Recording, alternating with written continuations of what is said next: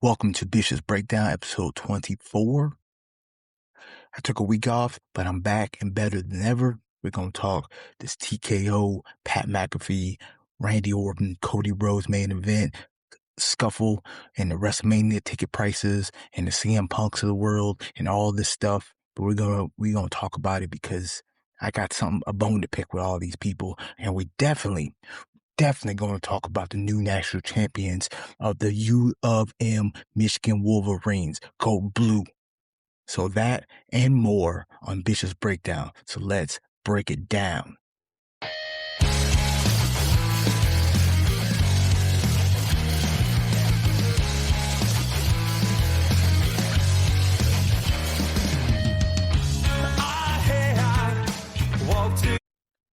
This episode is brought to you by W Energy, the clean energy drink mix built for gamers, creators, and grinders like us. No jitters, no crash, no artificial dyes, just smooth, long-lasting focus whenever I'm breaking down WWE storylines, debating NBA, or just recording late at night. It's zero sugars, packed with vitamins and nutrients, and it actually keeps you locked in without the shaky feeling.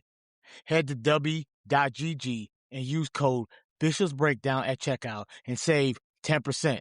So level up your energy and let's get back to the breakdown. And thanks for supporting the show. So we're going to start with the TKO, CM Punk, Pat McAfee, Cody Rhodes, Roman Reigns, ticket prices, all this garbage, because for some reason they thought that Randy and Cody's feud from 20 years, because they've been intertwined, all going all the way back to Legacy, that they needed something special. So the guy on the phone happened to be Pat McAfee, which for people like me just seems dumb. I'd much rather him just have voices in his head, or Ted DiBiase Jr., or his dad, Cowboy Bob Orton, or KO, or Jericho, or he just crazy. Or I heard some outlandish one, Bray Wyatt from the grave. That is way better than Pat McAfee. Now you got Danish Roll going up to Pat McAfee and getting all angry, and now they probably gonna have a tag match with Jelly Roll and Randy and Cody and Pat McAfee at Backlash, because we got to have celebrities left and right, and this ticket price is crap. And now Pat McAfee's doing us a favor and giving us night one 25% off. Maybe they should have thought about what they wanted to bring to the table when they come to Vegas again, and just made the prices higher. Like they don't want families there, but they need families there, because that's the heart and soul of the WWE universe, and that's what people like me or you want to be able to be a part of. I can't. It's a bajillion dollars to go to WrestleMania for one person for each night, and now if I want to bring my son or whatever, it's going to cost me so much money that I'm going to be in debt forever, like forever. I'm gonna have to sell a kidney, a lung. I'm gonna have to sell him on the black market, because if I want to go to WrestleMania, it's gonna be bajillion dollars for what, 10 hours of my life gone. So even if I get tickets, how am I gonna get to Vegas? I'm gonna walk, sleep in the gutter, and it's just they don't think things through, and they just think that celebs are just gonna flock to them, and they don't need the everyday guy to be a part of the audience. And that's the key to WWE. That is the key to keeping the business alive. It's the people like me, people bringing their kids, bringing their significant others, bringing their mothers, their fathers, their grandfathers, to share in the experience. And now they just want to price everybody out, and then they're shocked that tickets aren't selling as good as they are, and they want to bring John Cena out of retirement, like they thought they were gonna just bring him in as a host, and all of a sudden tickets are just gonna fly off the shelf. I'm guaranteed they begged him to do a run-in or something. He was like, "Now I'm retired. I'm a suit guy. I'm not a shorts, t-shirt all the rainbow colors looking like a big bowl of Fruity Pebbles, like that guy. Like it's just not going to happen. And they just paint themselves into a corner and they have no way out. And only people they can blame is themselves. And I'm sick of it. And hopefully WrestleMania turns out to be a good show because I don't know where they can go from there. And it's just depressing because I want to go to another WrestleMania. I only been to two. I went to 28 and 30. And then TKO was like, here, you want to come to WrestleMania? Give me $1 million. You can come to night one, sit in nosebleeds next to the wall and can't even see. You gotta have binoculars just to be able to see the wrestlers. So it's just frustrating, and I hope they take this in stride and they keep the prices manageable so people like me and you can actually attend these events and enjoy wrestling again. I want to be able to enjoy it. Hey everyone, it's Bishop. I got something special for you today. On the next bonus episode, I'm breaking down the top 4 teams in college basketball, giving you my insider's take and predictions you won't hear anywhere else. Plus, I'll dive into Vince Russo and John Cena's AEW talk and why he's crazy.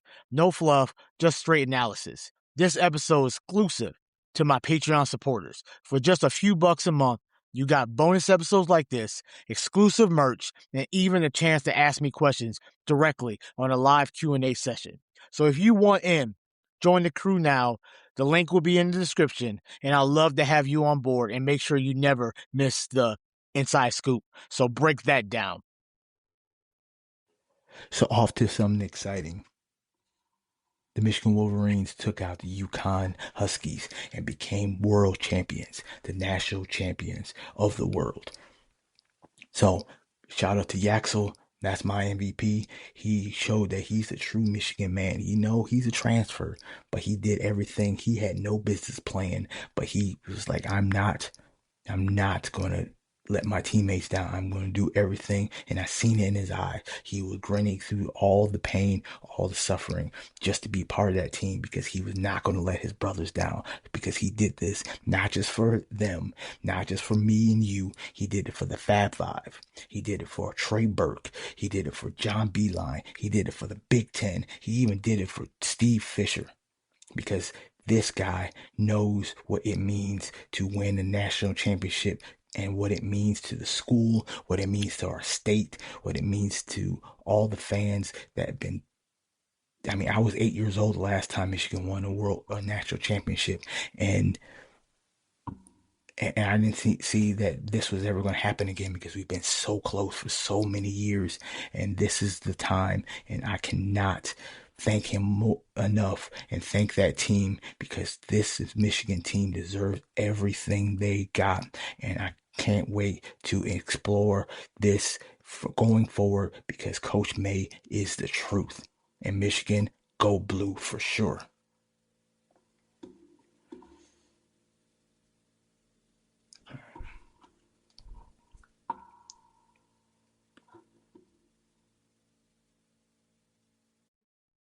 So that's the episode.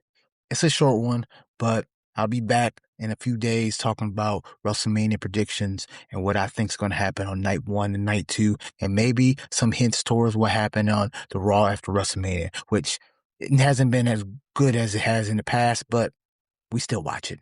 But before we go, I did a WWE Exalted Break on Whatnot app, and I won a few cards. They're not the greatest in the world, but it's my first and I'm my start. So first, I got a base card of Otis, and then a numbered base card out of 150 by Axiom. So they're not the greatest in the world, but hopefully I can get some blaster boxes and of Topps Chrome, and I can open up and do some pack opens. So make sure you like, subscribe, and hit that notification button so you can see more content, some pack openings, some insights, some WWE, maybe even some live WrestleMania talk during the show on night 1 or night 2. It all depends on if the action is there, and I will let y'all see my reaction. So, in honor of a great man, deuces, ooses.